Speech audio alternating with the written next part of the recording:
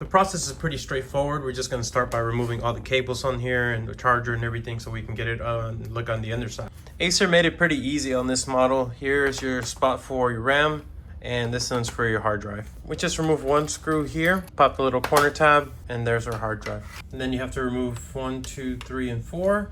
And I know a lot of laptops are actually kind of like this, where they're pretty accessible. Some of them you do have to remove the whole bottom cover, which is a pain, but this was a gaming laptop.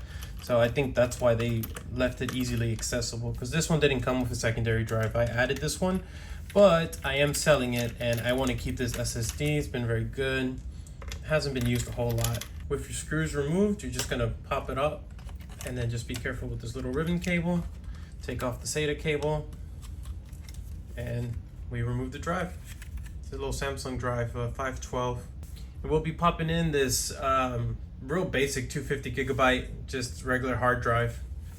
Nothing fancy, nothing crazy. The last thing we need to do in order to make that switch happen is just take out, there's one here, 2, and then there's 2 on the other side, the shield, so it can put it all on the new drive. Here's the new drive, and we put the shield on, and then reverse order. Screws here, put your screws back on there.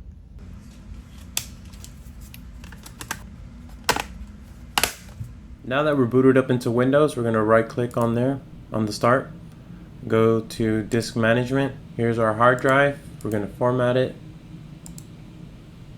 and you can name it whatever you want. This is what I'm going to name it, with an extra D there, just so they know it's a regular drive. It's going to ask you if you want to delete everything. You hit yes, okay.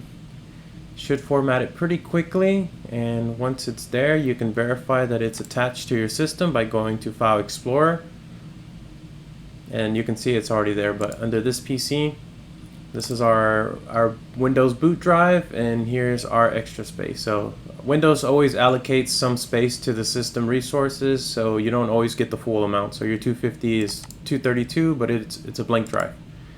And everything is functional, and then just to make sure that everything is good, just go ahead and just grab this basic file and drag it over. And we'll go into the drive and double check, and there's our file.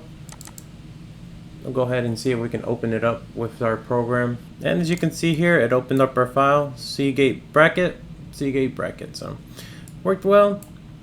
This is trying to get into 3D printing, so this is actually one of the first prints I've ever designed myself. So although basic, I'm very proud of it, and it worked on the first try. Really looking forward to see what I can do with 3D modeling with the new PC that I'm getting, but we'll see.